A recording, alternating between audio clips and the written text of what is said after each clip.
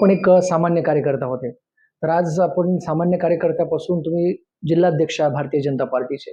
हा जो काही प्रवास आहे तो कसा घडला? कारण आपण पाहतो म्हणजे सर्वसामान्य जे लोकं आहे किंवा सर्वसामान्य कार्यकर्ता हा मोठ्या पदापर्यंत पोहोचू शकत नाही. परंतु भारतीय जनता पार्टी त्याला अपवाद आहे. हे कसं काय शक्य झालं? त्यामध्ये मी अखिल भारतीय विद्यार्थी परिषदचा कार्यकर्ता होतो आणि विद्यार्थी परिषदेपासून मी माझ्या कामाला सुरुवात केली आणि अशा पद्धतीनं ॲग्रेसिव्हली काम करत असताना माझ्यातले नेतृत्व गुण ओळखून मला त्यावेळी परिवारातून अशा पद्धतीचे निर्देश देण्यात आले की आपण राजकीय क्षेत्रामध्ये भारतीय जनता युवा मोर्चामध्ये काम करा.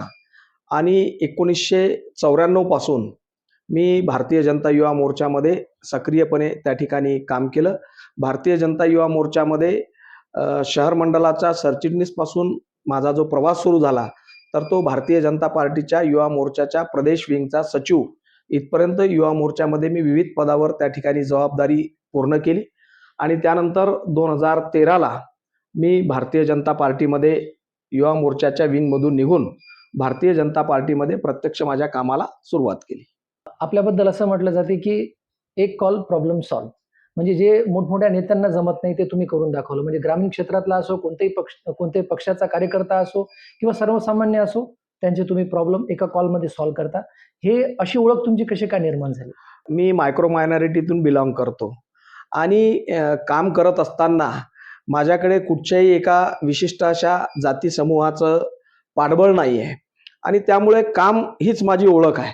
आणि त्यामुळे मी काम करत असताना कोणाचाही फोन असेल, कुठच्याही डिपार्टमेंटचं काम असेल तर मी त्याला ताबडतोब त्याच ठिकाणी कॉलवर होल्डवर ठेवतो आणि संबंधितांना तशा पद्धतीनं विनंती वजा सूचना करून संबंधिताचं प्रॉब्लेम त्वरित सॉल्व्ह झालं पाहिजे या दृष्टीनं मी काम करतो. आणि त्यामुळं लोकांना हे लक्षात आलं आहे की नितीन भाऊला फोन केला म्हणजे आपली त्या ठिकाणी आपली जी अडचण आहे ती सोडवल्या जाते.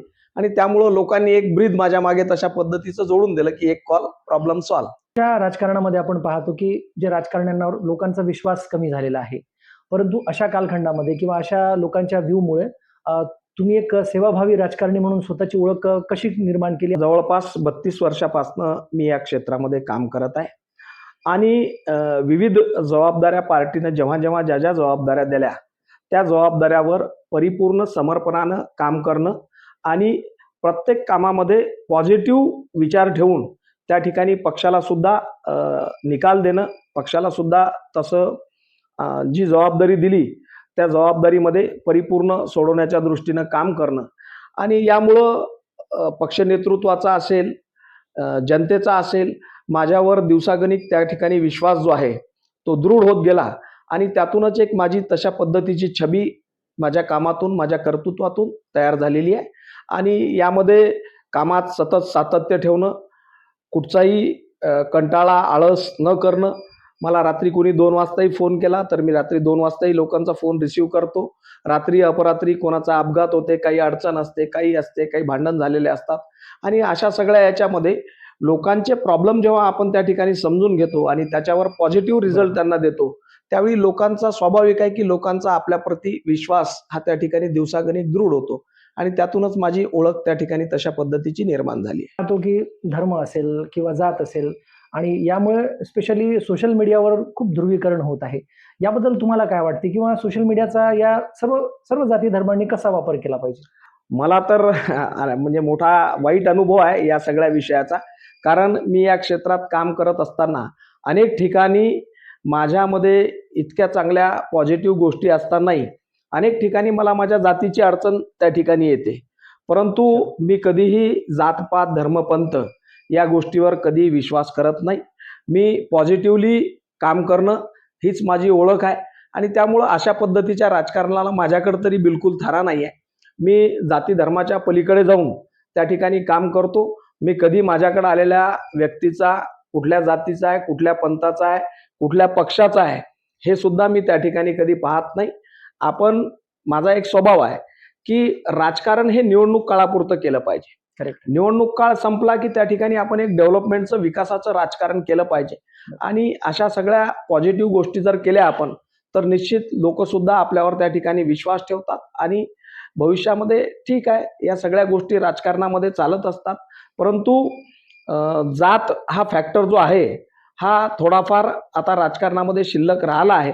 परंतु लोक आता विकास, व्हिजन या सगळ्या गोष्टीकडे पाहत आहे आणि त्यामुळं जात-पात, धर्मपंथ या गोष्टीवर माझा विश्वास नाही. उमरखेडचे अभ्यासू जे मतदार आहे, अभ्यासू लोक जे काय ते आज असं म्हणत आहेत की जर का आपल्या पत्नी निधीताई या उमरखेडच्या नगराध्यक्षा झाल्या असत्या तर उमरखेडचा चेहरा मोहरा बदलून गेला असता. परंतु तसं दुर्दैवानं झालं नाही. मग आता उमरखेडच्या संदर्भामध्ये काम करत असताना तुमच्या कार्यशैलीमध्ये थोडंसं काही तुम्ही बदल केला का? लोकांनी जो कौल दिला आहे तो आपण मान्य केला पाहिजे. मी या सर्व व्यवस्थेमध्ये मला हे माहीत होतं की अशा पद्धतीनं राजकारणामध्ये कुठंतरी आपण जर ॲग्रेसिव्हली काम करू तर आपल्याला चारी बाजूनं घेरण्याचा प्रयत्न लोक करतील. Correct. परंतु कार्यकर्त्यांचा, लोकांचा प्रचंड आग्रह होता. सगळ्यांची इच्छा होती की महिलांसाठी राखीव आहे आणि त्यामुळं माझी मिसेस सुद्धा काही केवळ हाऊसवाईफ नाही आहे, तर तिचं सुद्धा समाजामध्ये एक चांगलं काम आहे. तिची स्वतःची एक वेगळी छबी समाजामध्ये आहे आणि त्यातून मी तिला संधी द्यावी असा लोकांचा आग्रह होता. त्यामुळे मी त्या ठिकाणी तिला उमेदवारी पार्टीने द्यावी अशा पद्धतीची विनंती पार्टीला केली. आणि जरी आज लोकांनी कौल आमच्या बाजूने दिला जरी नसेल तर विकासासाठी मी कधीही अशा पद्धतीचं राजकारण करत नाही. जी उमरखेडच्या विकासाच्या बाबतीत माझी तळमळ पहिले होती तीच तळमळ आजही आहे. त्याच दृष्टिकोनातून मी आजही शहरामध्ये काम करत आहे. परंतु शेवटी स्थानिक स्वराज संस्थेच्या माध्यमातून विकास करत असताना ती स्थानिक स्वराज संस्था ही आपल्या ताब्यामध्ये असणं आणि त्याच्या माध्यमातून आपण डेव्हलपमेंट करणं आणि आपल्या ताब्यामध्ये नसताना आपण त्या ठिकाणी विकास कामं. आज जर आपण बघितलं तर जे काही आमचं पॉझिटिव्ह राजकारण या ठिकाणी आहे त्यामध्ये विरोधक कुठंतरी अडथळा आणतात. Correct. त्या पद्धतीनं काम करू देत नाही. त्या पद्धतीनं आज आपण जर बघितलं की मागच्या 6-7 महिन्यामध्ये शहरामध्ये विकास कामं ही पूर्णतः ठप्प पडलेली आहे आणि त्याचं कारण हे की विरोधकाकडे तशा पद्धतीचं व्हिजन नाही किंवा ते तशा सकारात्मकतेनं या सगळ्या विषयाला पाहत नाही. ते प्रत्येक गोष्टीमध्ये राजकारण करू पाहत आहे. मुळामध्ये विकासामध्ये कधीही राजकारण करायला नाही पाहिजे हा माझा स्वभाव आहे. परंतु जरी आज त्यांची अशी मनस्थिती असेल तरी येणाऱ्या काळामध्ये या शहराच्या सर्वांगीण विकासाच्या दृष्टीनं जो कोणी पुढे येईल त्याला परिपूर्ण मदत करून या शहराच्या सर्वांगीण विकासासाठी कार्यरत राहण्याचा माझा तरी मनोदय आहे.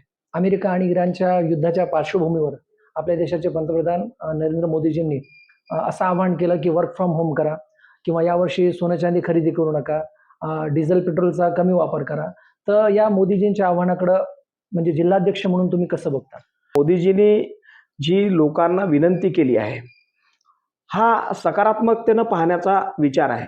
म्हणजे मी माझं स्वतःचं उदाहरण आपल्याला देईल की मी साधारणतः पक्षकार्यासाठी, समाजकार्यासाठी जेव्हा प्रवास करतो तर मला साधारणतः एक 80-90 हजार रुपये महिन्याचं डिझेल लागत होतं.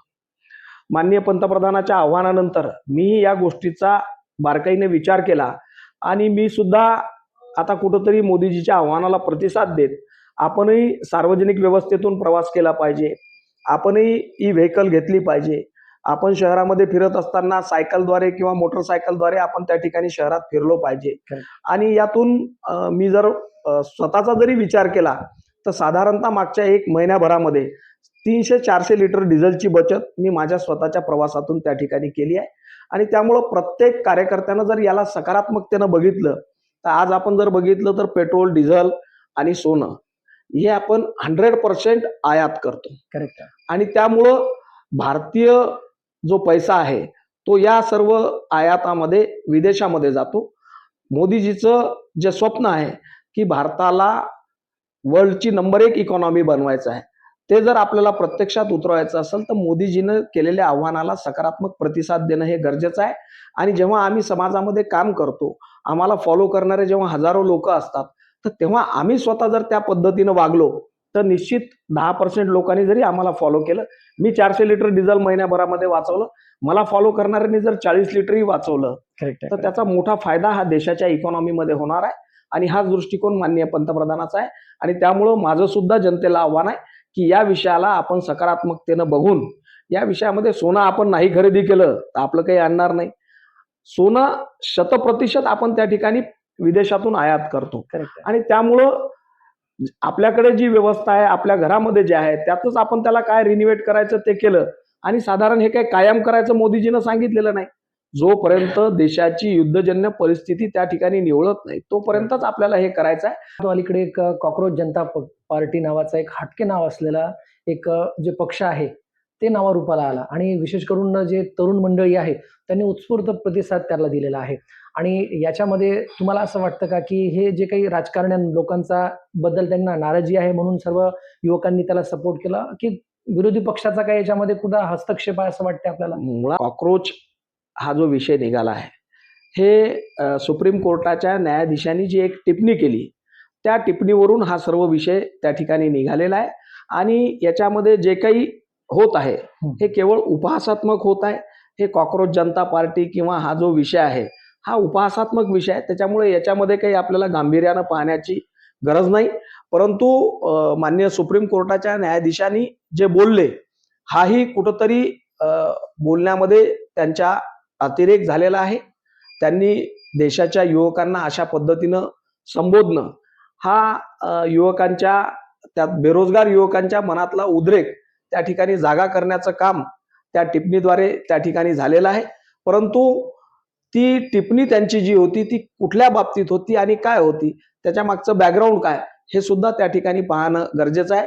परंतु सोशल मीडियाचा या जमान्यामध्ये पर्टिक्युलर जी गोष्ट लोकांच्या पुढे नेल्यामुळं लोकांचा उद्रेक होईल तीच गोष्ट लोकांच्या पुढे त्या ठिकाणी नेल्या जाते. ते बोलण्यामागे माननीय सुप्रीम कोर्टाच्या न्यायाधीशाची काय भूमिका होती आणि ते त्यांनी कशासाठी बोलले हा भाव सुद्धा त्या ठिकाणी महत्वाचा आहे. आणि त्यामुळं या विषयामध्ये किंवा कॉक्रोच जनता पार्टी हा काही विषय फार गांभीर्यानं घेण्यासारखा नाहीये. विरोधक सतत अँटी इन्कम्बन्सीचा मुद्दा मांडतात. म्हणजे आपण पाहतो आता यामागे त्यांचा काय उद्देश आहे किंवा आपण पाहतो की कामं तर व्यवस्थित होत आहे, जनतेमध्ये सगळ्या गोष्टी होत आहे, विकास होत आहे, परंतु असा हा इन्कम्बन्सीचा जे मुद्दा आहे ते मांडून ते काहीतरी जनतेला म्हणा किंवा जनतेच्या संदर्भात भ्रम निर्माण करत आहे किंवा विकास तर होत आहे परंतु ग्राउंड रियालिटी त्यांना माहिती नाही किंवा विकास चांगला होत आहे आणि या विकासाबरोबर देशाचा सुद्धा विकास होत आहे. मग अँटी इन्कम्बन्सी कशी काय? मुळामध्ये अँटी इन्कम्बन्सी ही नाहीच आहे. आपण जर बघितलं तर सातत्यानं ज्या ज्या राज्यामध्ये ज्या ज्या निवडणुका महाराष्ट्र असेल किंवा महाराष्ट्राच्या बाहेर देशामध्ये कुठेही होत असेल त्या निवडणुकामध्ये सातत्यानं भारतीय जनता पार्टी आपली विजयी पताका त्या ठिकाणी फैरावत आहे. आणि अशा सगळ्या स्थितीमध्ये विरोधकाकडे कुठचाही मुद्दा नाही. आपण जर बघितलं तर मागच्या 12 वर्षामध्ये माननीय देशाचे पंतप्रधान देशगौरव नरेंद्रजी मोदी यांनी जेव्हापासनं पंतप्रधान पदाची धुरा आपल्या हाती घेतली आहे तेव्हापासनं जर आपण देशामध्ये बघितलं तर एक इन्फ्रास्ट्रक्चर डेव्हलपमेंटचं एक आगळं वेगळं रूप आपल्याला त्या ठिकाणी पाहायला मिळत आहे. आज आपण जर बघितलं नॅशनल हायवे असेल, आज रेल्वेचं इन्फ्रास्ट्रक्चर आपण बघाल तर रेल्वेचं इन्फ्रास्ट्रक्चर अतिशय सुंदर अतिशय डेव्हलप झालेलं आहे. आज मेक इन इंडियामध्ये रेल्वेची जडणघडण रेल्वे बनणं सुद्धा हे भारतातले कारागीर त्या ठिकाणी करत आहे. आता या सगळ्याच्या पलीकडे जाऊन मेक इन इंडियामध्ये भारतात विमान सुद्धा निर्मित करण्याचं काम हे भारतीय युवकांनी त्या ठिकाणी केलेलं आहे. आणि त्यामुळं विरोधकाकडे या सर्व विषयामध्ये कुठलेही मुद्दे नाही. देश स्वातंत्र्य झाल्यापासून तर माननीय मोदीजी पंतप्रधान होईपर्यंत जे काही इन्फ्रास्ट्रक्चर डेव्हलप झालं नव्हतं त्यापेक्षा दुपटीने इन्फ्रास्ट्रक्चर, त्यापेक्षा दुपटीनं एम्स असतील, त्यापेक्षा दुपटीनं नॅशनल हायवे असतील, त्यापेक्षा दुपटीनं रेल्वेचे मार्ग असतील किंवा त्यापेक्षा दुपटीनं विमानतळ असतील हे माननीय मोदीजीच्या 12 वर्षाच्या कारकिर्दीत त्या ठिकाणी तयार झालेले आहे. आणि त्यामुळं जी अभिवचनं देशाचे पंतप्रधान नरेंद्रजी मोदी किंवा भारतीय जनता पार्टीनं लोकांना दिली होती ती 100% पूर्ण करण्याच्या दृष्टिकोनातून त्यांचं काम त्या ठिकाणी सातत्यानं चालत आहे. आणि त्यामुळं दिवसागणिक लोकांचा विश्वास हा भारतीय जनता पार्टीवर दृढ होत आहे आणि त्यातूनच लोक भारतीय जनता पार्टीकडे एक विकासाचं विजन घेऊन चालणारा पक्ष या दृष्टिकोनातून पाहून भरभरून भारतीय जनता पार्टीला मतदान रूपी आशीर्वाद देऊन त्या ठिकाणी निवडून आणत आहे. हा तो मुस्लिम समाजाचा जो पारंपरिक कल आहे ते एका पर्टिक्युलर पक्षाकडेच आहे आणि मी स्पष्ट बोलतो की काँग्रेसकडे किंवा त्यासारख्या पक्षांकडे त्यांचा कल आहे. परंतु मागील काही निवडणुकांमध्ये आपल्याला असं आढळते की हा त्यांचा पारंपरिक असलेला पक्ष सुद्धा सोडून त्यांनी थोडी बीजेपीकडे वाटचाल केलेली आपल्याला पाहायला मिळते. म्हणजे कदाचित असं आहे काय की यांना आता विकासाचे जे काही राजकारण आहे किंवा विकास आता कळायला लागलेला आहे किंवा कोणता असा त्यांच्या मनामध्ये थोडासा बदल व्हायला सुरुवात झालेली, म्हणजे तुम्ही याच्याकडे कसं बघता? भारतामध्ये हा बदल आपल्याला आता पाहायला मिळत आहे. त्याचं कारण की माननीय पंतप्रधान नरेंद्रजी मोदी यांनी जे सांगितलं सबका साथ सबका विकास ते केवळ बोलण्यापुरतं नाही तर ते प्रत्यक्षात दृष्टिक्षेपात आपल्याला त्या ठिकाणी अंमलबजावणी झालेलं पाहायला मिळत आहे. आणि त्यामुळं लोकांना सुद्धा हे माहीत आहे की आज लाडली बहिणा योजना आहे. या लाडली बहिणा योजनामध्ये महाराष्ट्र सरकारनं जेव्हा ही योजना लागू केली, याच्यामध्ये जर एक नियम जर सरकारनं टाकला असता तर अनेक मुस्लिम महिला याच्यामध्ये लाभास पात्र झाल्या नसत्या. करेक्ट. परंतु सरकारचा दृष्टिकोन हा कधीही कुठची योजना काढत असताना कुठच्या एका विशेष समुदायाला त्या ठिकाणी याच्यातून आपल्याला कसं टाळता येईल हा नाही आहे. माननीय पंतप्रधानांनी सांगितल्याप्रमाणे सबका साथ सबका विकास हे विजन घेऊनच भारतीय जनता पार्टी पुढे चालली आहे. आणि त्यामुळं दिवसागणिक खास करून पर्टिक्युलर आपण ज्या पद्धतीनं प्रश्न केला की मुस्लिम समुदायामध्ये सुद्धा हा विषय आता गेला आहे की देशाचे पंतप्रधान माननीय नरेंद्रजी मोदी हे सबका साथ सबका विकास हे विजन घेऊन समोर चालले आहे. आणि त्यामुळं आपण सुद्धा विकासाच्या बाजूने त्या ठिकाणी राहायला पाहिजे. त्यामुळं अनेक मुस्लिम बहुल वार्डामध्ये एरियामध्ये सुद्धा आपण जर बघितलं तर ज्या ठिकाणी भारतीय जनता पार्टीला कधी 1 अंकी मतदान मिळत नव्हतं, त्या ठिकाणी आता 2 अंकी 3 अंकी मतदान हे भारतीय जनता Correct, पार्टीला correct. त्या बूथवर मिळताना आपल्याला पाहायला मिळत आहे. तो विधान परिषदेचा जो एक उमेदवार आहे जो महायुतीनं फिक्स केलेला आहे, तर ते उमेदवार दिल्यानंतर सुद्धा तुम्ही विधान परिषदेसाठी एक अर्ज केला. आता हे काय काय याच्या मागचा तुमचा काय उद्देश होता? म्हणजे तुम्हाला शक्ती प्रदर्शन करायचं होतं किंवा विरोधी पक्षाला तुम्हाला दाखवायचं होतं की आमच्यामध्ये तेवढी ताकद आहे, आम्ही तेवढे सक्षम आहोत, की काही महायुतीचं काही मतभेद आहे त्याच्यावर तुम्ही भाष्य करू इच्छिता? ज्या दिवशी मी माझा उमेदवारी अर्ज भरला, मी भारतीय जनता पार्टीच्या चौकटीत काम करणारा कार्यकर्ता आहे. मी 32 वर्षामध्ये माझ्या राजकीय कारकिर्दीमध्ये कधीही पार्टी लाईनच्या बाहेर जाऊन काम केलं नाही. ज्या दिवशी मी उमेदवारी अर्ज भरला त्या दिवशी भारतीय जनता पार्टी, शिवसेना आणि राष्ट्रवादी काँग्रेस अशा महायुतीचं जागांचं वाटप त्या ठिकाणी कुठंही डिक्लेअर झालेलं नव्हतं. मला पार्टीच्या वरिष्ठ नेतृत्वानं निर्देश दिले आणि पार्टीच्या वरिष्ठ नेतृत्वाच्या निर्देशावरच मी त्या ठिकाणी माझा उमेदवारी अर्ज दाखल केला. आणि पार्टीच्या नेतृत्वाने मला अर्ज माघारी घेण्याचं सांगितलं. त्या दिवशी मी माझा अर्ज मागे घेतला. महायुती म्हटल्याच्या नंतर शेवटी पार्टी जे निर्देश देते त्या निर्देशाप्रमाणे आपण आपलं काम करायचं असते. अशा पद्धतीचं कुठलंही शक्ती प्रदर्शन किंवा हे दाखवण्याचं काम त्या ठिकाणी करण्याचं कारण नाही. मी भारतीय जनता पार्टीचा कार्यकर्ता, समर्पित कार्यकर्ता आहे. पार्टीनं पर्टिक्युलर मला निर्देश दिले म्हणून मी त्या ठिकाणी माझा उमेदवारी अर्ज भरला. आणि जेव्हा मला पार्टी नेतृत्वानं सांगितलं की तुम्हाला अर्ज माघारी घ्यायचा आहे, महायुतीमध्ये ही जागा शिवसेनेला सोडण्याचं त्या ठेगाणी निश्चित झालेलं आहे.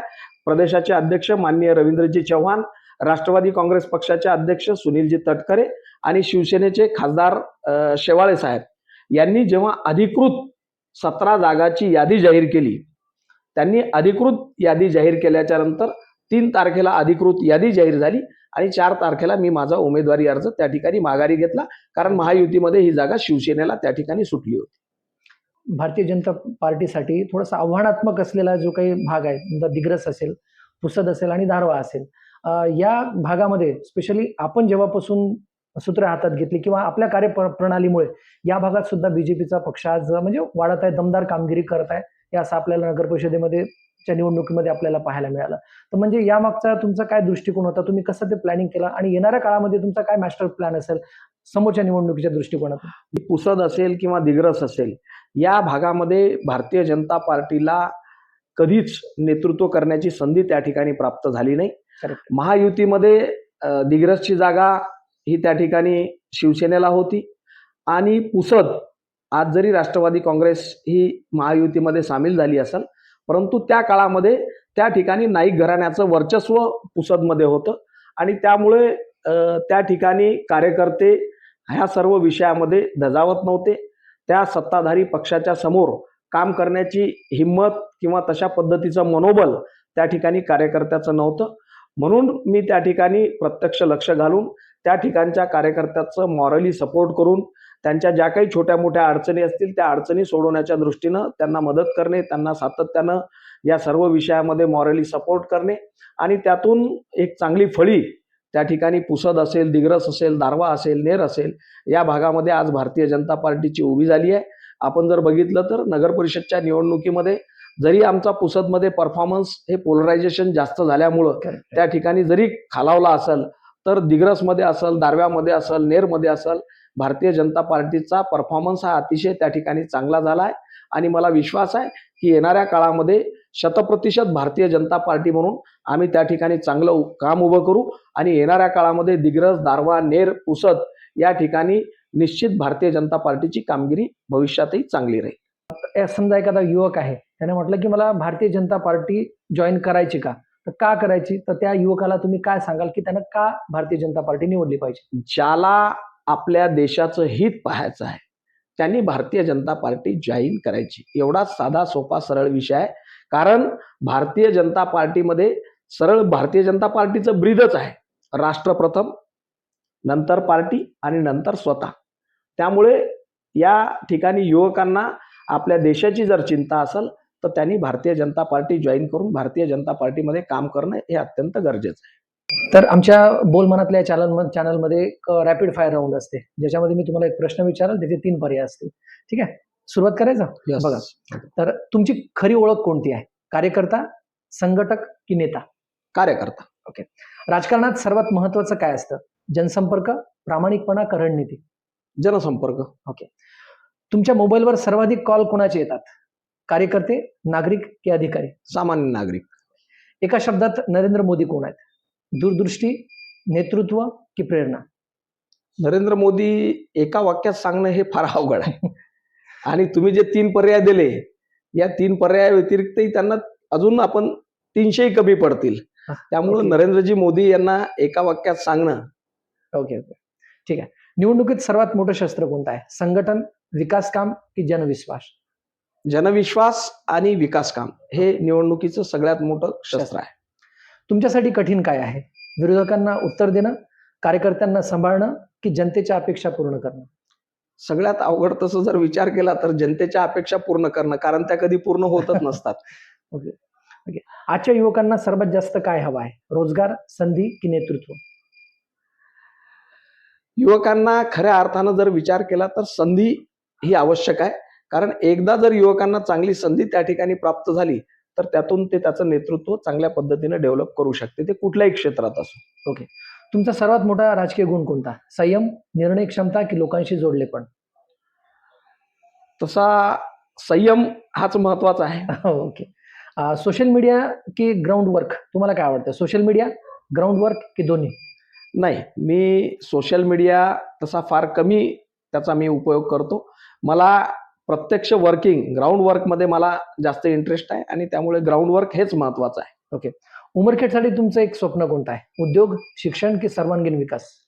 उमरखेडच्या बाबतीत माझं स्वप्न आहे की उमरखेड हे आता येणाऱ्या काळामध्ये रेल्वे ट्रॅकवर आलं आहे, नॅशनल हायवेवर आलं आहे आणि त्यामुळं या ठिकाणी मोठ्या प्रमाणात उद्योग उभे राहिले पाहिजे आणि त्या उद्योगाच्या माध्यमातून या ठिकाणच्या शेतकऱ्याच्या अर्निंगमध्ये वाढ झाली पाहिजे. या ठिकाणच्या युवकांना सुद्धा याच ठिकाणी रोजगार प्राप्त झाला पाहिजे. फोन उचलणारा नेता की फक्त भाषण करणारा नेता? फोन उचलणारा नेता असतो की भाषण करणारा नेता असतो की दोन्ही असतो?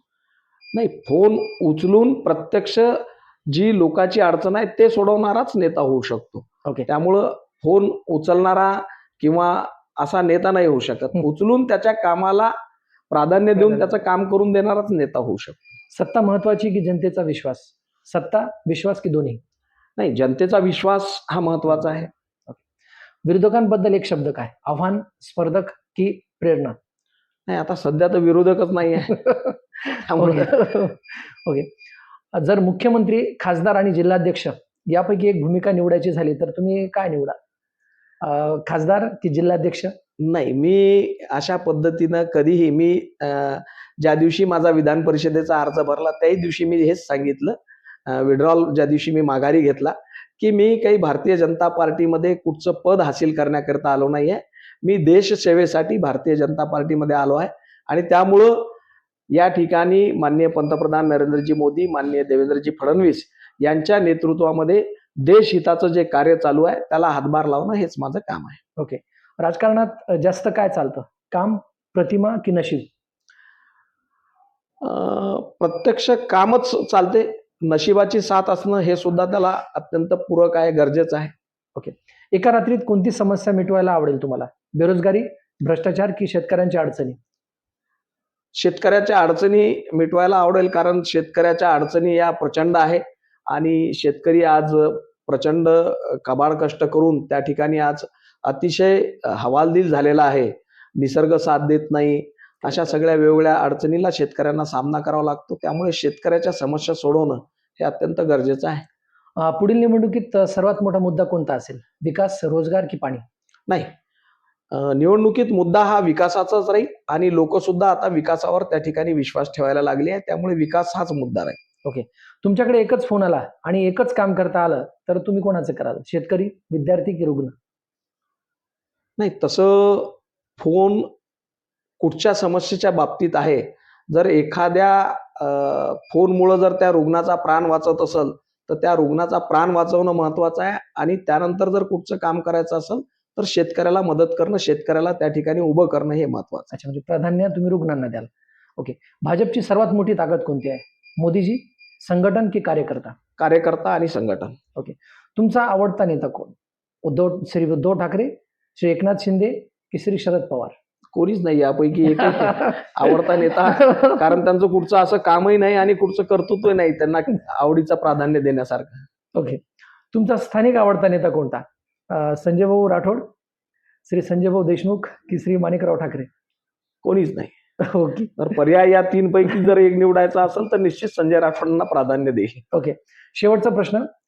नितीन भुतडा यांना एका शब्दात ओळखायचं झालं तर कसं ओळखायचं? संघर्ष, सेवा की नेतृत्व? तशी ओळख माझी ही संघर्षाचीच आहे. कारण मागच्या 32 वर्षामध्ये प्रचंड संघर्ष करून आज मी या अवध्यावर यापर्यंत पोहोचलो आहे. त्यामुळे संघर्ष ही माझी ओळख आहे, त्यात काही डाऊटच नाही.